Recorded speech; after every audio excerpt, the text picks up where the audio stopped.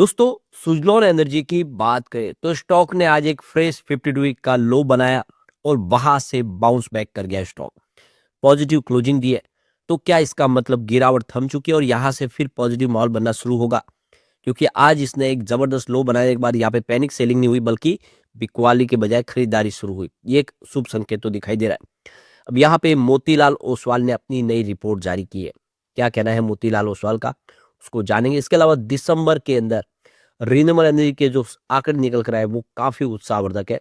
नई रिपोर्ट क्या कह रही है उसको जानेंगे। विंड एनर्जी सेक्टर की एक सबसे बड़ी कंपनी सुजलॉन है और अब तो आप देख सकते हो कि सोलर को टक्कर देनी शुरू कर दी है। जैसे कि आपको पता हो कि सोलर रूफटॉप लगाए थे, उसी तरह से अब विंड एनर्जी भी रूफटॉप पे लगाई जा सकती है। उसके लिए विंड टरबाइन छोटे छोटे आने लगे हैं। ऐसे में क्या ये मार्केट बढ़ेगा, इसका समझने की कोशिश करेंगे इस वीडियो के माध्यम से। लेकिन फ्रेंड्स, उससे पहले अगर आप पहली बार हमारे चैनल पे आए तो चैनल को सब्सक्राइब कर दीजिए, एक बेल आइकॉन दबा दीजिए ताकि जब भी नया वीडियो बने पहला नोटिफिकेशन आपको मिले। वीडियो पसंद आए तो लाइक से जरूर कीजिए।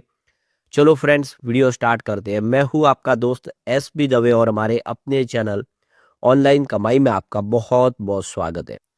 सबसे पहले सुजलॉन एनर्जी के कारोबार की बात करें तो आज 46.18 पर क्लोजिंग थी, जहां पे 1.05% की तेजी देखने को मिली। यानी काफी समय के बाद सिलसिला गिरावट का थम गया। अब ये गौर करने वाली बात है कि आज इंट्राडे में इसने फ्रेश एक 52 वीक का लो बना दिया। आप देख ही सकते हो 44.88 का ये इसका नया लो बन गया है। तो काफी ज्यादा गिरावट हुई है। देखिए, शुरुआत सुबह पॉजिटिव हुई थी 45.85 पर, लेकिन उसके बाद काफी सारी गिरावट शुरू हो गई जिसकी वजह से एक नया लो बना। परंतु आप देख सकते हो कि वहां से खरीदारी जिस तरह से लौट के आई उसकी वजह से इसने 46.25 का हाई बना दिया। तो कुल मिला के सिग्नल दिखाई दे रहे हैं कि बहुत ज्यादा गिरावट हो चुकी है, स्टॉक बहुत ज्यादा पीट चुका है। अब आप देखिए, इसका 52 वीक का जो हाई है वो 74 का है। स्टॉक उससे काफी नीचे आ गया।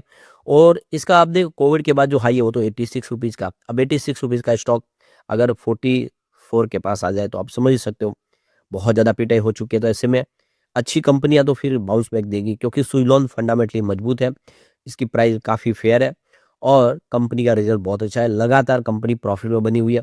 ऐसे में खरीदारी तो दिखाई देगी और एफआई भी यहाँ पे इस लेवल पे खरीदारी कर ही रही है ऑलरेडी। तो सुजलॉन एनर्जी के अंदर स्टॉक के अंदर गिरावट का आलम ये रहा है कि स्टॉक इस समय देख लो कि 5 डे, 20 डे, 50 डे, 100 डे और 200 डे मूविंग एवरेज से नीचे आपको ट्रेड करता हुआ दिखाई देगा।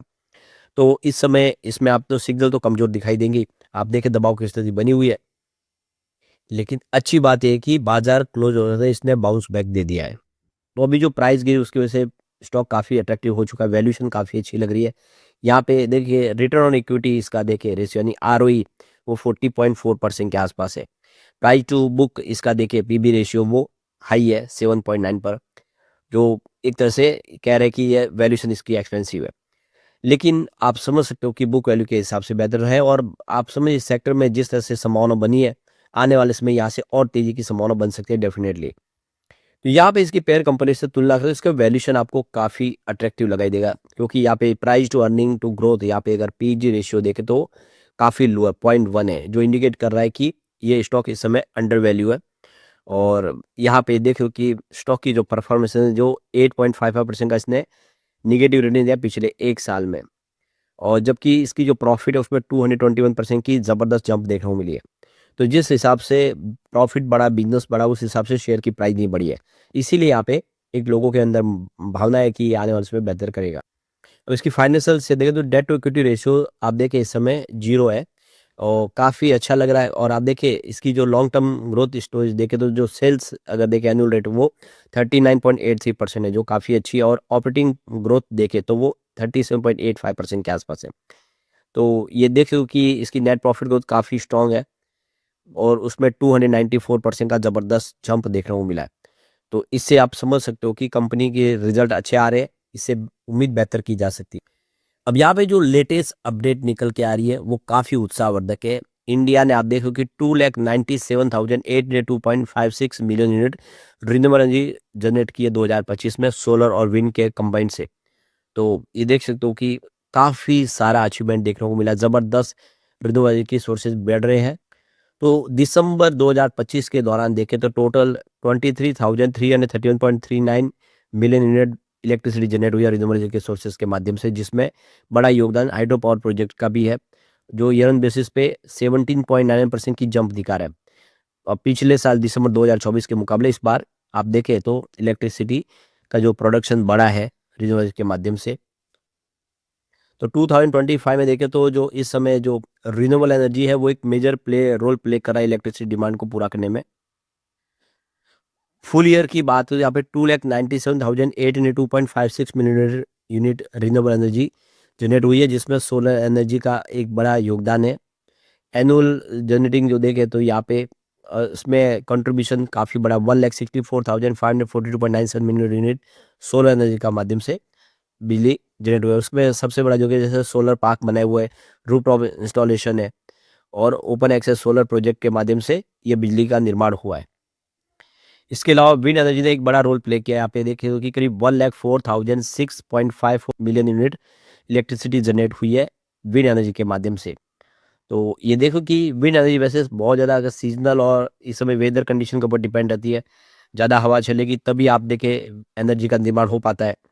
तो उसमें अगर आप देखें तो एंड ऑफ दिसंबर तक 2025 में जो total install capacity wind energy की वो 54,510.93 मेगावाट के आसपास है।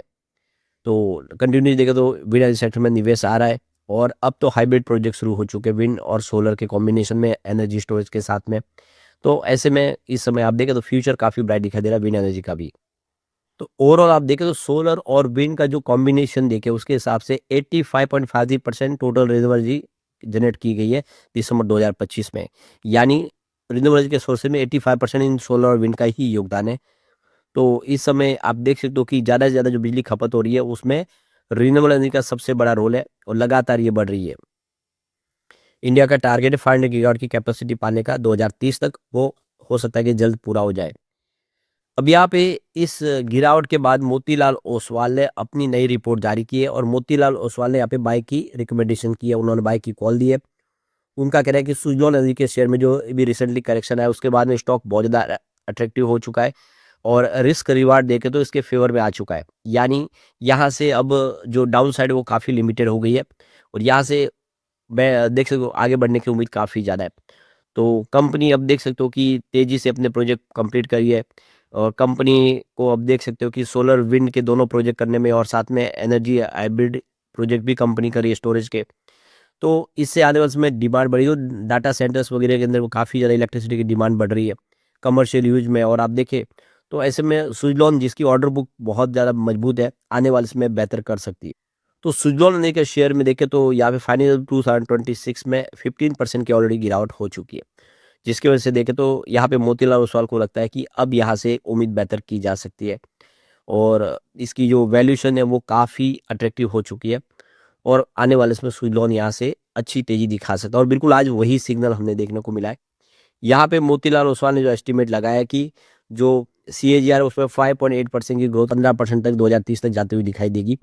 तो इंस्टॉल कैपेसिटी विंड की 50 गीगावाट 2025 तक है और टारगेट 2030 तक के लिए 100 गीगावाट का रखा गया है और आने वाले 2047 तक 400 गीगावाट का विंड एनर्जी का टारगेट है जो अचीव हो सकता है। तो कुल मिला के देख सकते हो कि सुजलॉन एनर्जी के लिए फ्यूचर काफ़ी ब्राइट दिखाई दे रहा है और आने वाले समय सुजलॉन बहुत ज़्यादा गिर चुका है तो यहाँ से बेहतर करेगा। मोतीलाल ओसवाल का कहना यही है कि कंपनी के पास इस समय काम की कोई कमी नहीं है। कंपनी के पास जिस तरह से ऑर्डर है वो आने वाले कंपनी 2 से 3 साल में पूरा करेगी।